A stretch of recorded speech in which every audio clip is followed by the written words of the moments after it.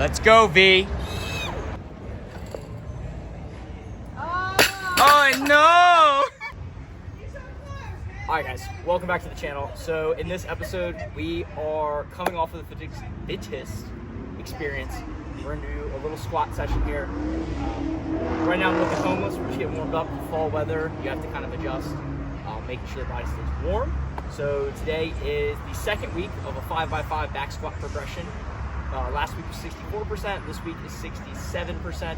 We're gonna keep taking 3% jumps week in and week out until we find that top 5x5 set that will be very, very heavy. And as the weeks increase, the rest intervals will increase. This week we are staying at a 2.5 minute rest in between sets. So I'm gonna kind of walk through, do a little bit of talking, a little bit of squatting, kind of breaking down some things that I'm looking at. Hope you guys enjoyed the episode.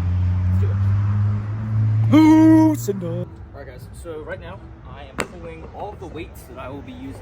So for this 5x5 we're doing a 65% of my 1 rep max back squat. And so what we're doing here is I pulled out all the weights I'll need up to 300 pounds. So I will utilize them, warm up with them, clearly use every plate for the 300 pound back squat. Again, 2.5 minutes, I'll have a clock running, but I'm gonna take you guys through my warm up and then just get right into it. So when warming up for my squat, one of the main things I want to emphasize is my groin and my lower back. Good job, Veronica! PR! PR! I am happy today! Finally! Finally I get my new PR. How many pounds? I don't know how many pounds. Yeah. 77.5. Yeah, Lou. Look at that. Math. Good job, babe. My main focus for back squat, of course, for right now at 67% is have as good a quality of repetitions. I don't want to be using belts. I don't want to be using knee sleeves. I will be using my lifters because it does help me grip and find the right position I'm looking for, especially since it mimics most of everything else that I'm doing in terms of heavy weightlifting. One of the areas and keys I want to work on is making sure that my lower back is warm and my groin is warm. So I'm going to go through very briefly the Jefferson curl and the Copenhagen plank. I'm going to probably hit them 3 times each, and then I'll be doing a little bit of dynamic stretching, opening up the hips with some leg swings, a little bit of glute bridges, and then we'll probably start adding weight. I'm feeling pretty warm. That's why I kind of look homeless right now, is because this keeps the muscles warm and helps me get my body core temperature up very quickly, just so I'm not wasting a lot of time warming up and I can just get right into the session. Because again, it's not super heavy weight, but I want to make sure I'm primed and ready for lift. What I'm focusing on here is, of course, driving my leg straight into the block wood and squeezing my glute to help hold me up and make sure I'm getting a good contraction. I've been dealing with a little bit of a groin, not injury per se, but just a little bit of discomfort. It's been firing up with wall balls, front squats, and back squats. And most recently, since last week, it has kind of subsided and it's not causing me a whole lot of pain. But I don't want to re-aggravate. I want to keep strengthening. Doing stuff like the Copenhagen plank has really helped, I think, mitigate a lot of the discomfort and not risk, but I guess risk of injury. So I'm going to keep doing them. Again, 3 sets, nothing crazy. You just saw there that was like 15, 20 seconds.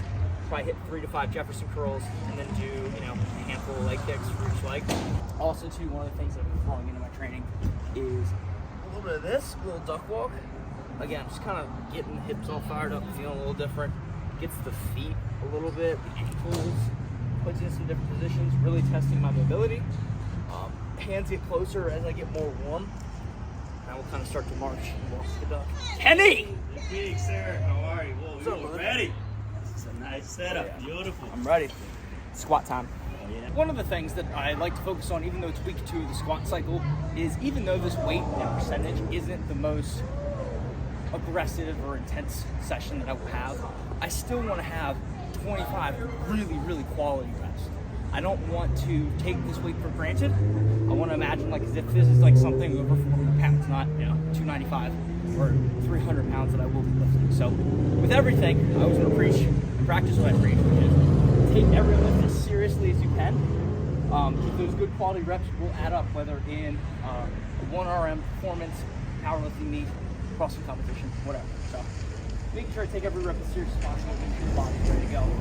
Not trying to force anything, trying to stay healthy. Again, we're coming off of the fittest experience, so I'm not expecting my body to do anything crazy right now. So the main focus here with this Jefferson curl is to get as much flexion in my spine with a little bit of loading as possible. I'm not trying to force anything, just trying to see how the back's warming up. Today at work, or really the past 3 days, I have not been as mobile as I would have liked. Meaning I've been really stuck at my desk, breaking out bids, making sure the team is doing well and they feel supported and have what they need. So this does a lot of undoing that stiffness. I'll even kind of pump the knees a little bit to get a little bit different of a stretch from the lower back. The weight here is, how heavy is this bell? 44 pounds, it's a 20 kilo bell. I used to start out with about 16 or like a 22. And now that we've worked our way up, we've been able to double the weight and use this casually now to kind of warm up. And as I'm kind of getting warm again, sinking in, letting the body kind of, when the body's ready, I can't force it to find these positions. So I have to be very patient and just kind of let the weight sit, breathe through it. And the exhale, try to find a deeper position and then really engage that back coming up. So now I've gone through everything at least once. I'm gonna cycle through everything 2 more times and then we're gonna make our way. And so I just finished my pre-workout. I've been to the gym now for about 25 minutes. So right when I get in, I will drink my pre-workout, not in the car right there, but when I get to the gym, because I know I'll take approximately 30-ish minutes to warm up. And so I like to drink my pre-workout in sips. I don't like to chug it all at once. I think that pre-workout is a little bit more effective with the water mixed in. I feel like that's how it's prescribed, is to be taken with an adequate amount of water. I don't like to dry scoop, but it's 5:43 right now. I got here a little bit probably after 5:10, 5:11, 5:12-ish. So yeah, about a half hour. I just finished it now. Been sipping on it now slowly, and I just gulped like the last third of it. So timing wise, it's gonna time well with me squatting in probably about 5 minutes. We'll start putting on some weight. And so another thing too is, I know that this training session is going to be as difficult, and I really want to optimize and maximize my caffeine consumption.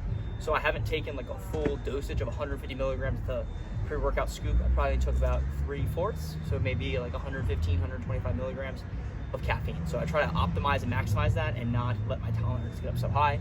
I'll probably do an off week or my deload week where I don't do any caffeine at all. So for this workout, it's not like a full send, but still just a little caffeine to kind of boost the performance for what I'm looking for.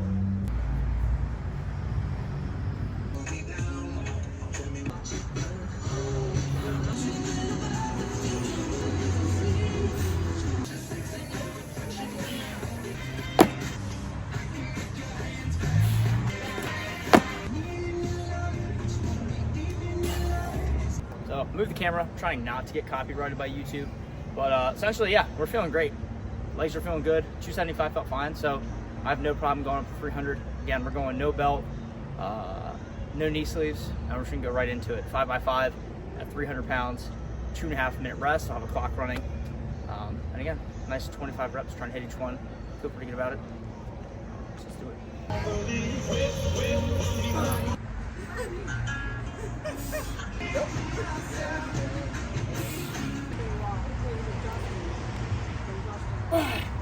Yep. Alrighty, well, let's try this again. I hope you can hear me now. So I switched my mic and the receiver, and I put the receiver on my head and the mic on my phone. And then when I just recorded this part like 2 seconds ago, I accidentally hit mute on the mic, so you guys couldn't hear anything. But just to reiterate, so that was the 5x5 squat session. Pretty simple, pretty light volume. We're talking once you're warmed up, less than 15 minutes to get it all done. So warm up plus squatting, getting everything out, 40-ish minutes in total. First and second set didn't feel the best. Third set we warmed up. Fourth set felt really, really clean. That was probably my best executed one. And by the fifth, we started to feel a little bit of fatigue, but still were able to move really, really well. With 65% on the barbell, again, no belt, no sleeves. I am wearing lifters, but I knew that coming off of Monday, which was very front squat heavy for the Fitness Experience qualifier workout, I knew Wednesday, 2 days later, my legs were gonna be a little bit sore. They were starting to fire up. 25 repetitions at 67% wasn't the most taxing, but I felt like I got good work in, good volume. Legs should probably be feeling like they're coming back after tomorrow's cardio flush for Friday and Saturday. So that was the back squat session. Thank you guys for watching. As always, peace, much love. Catch you in the next one.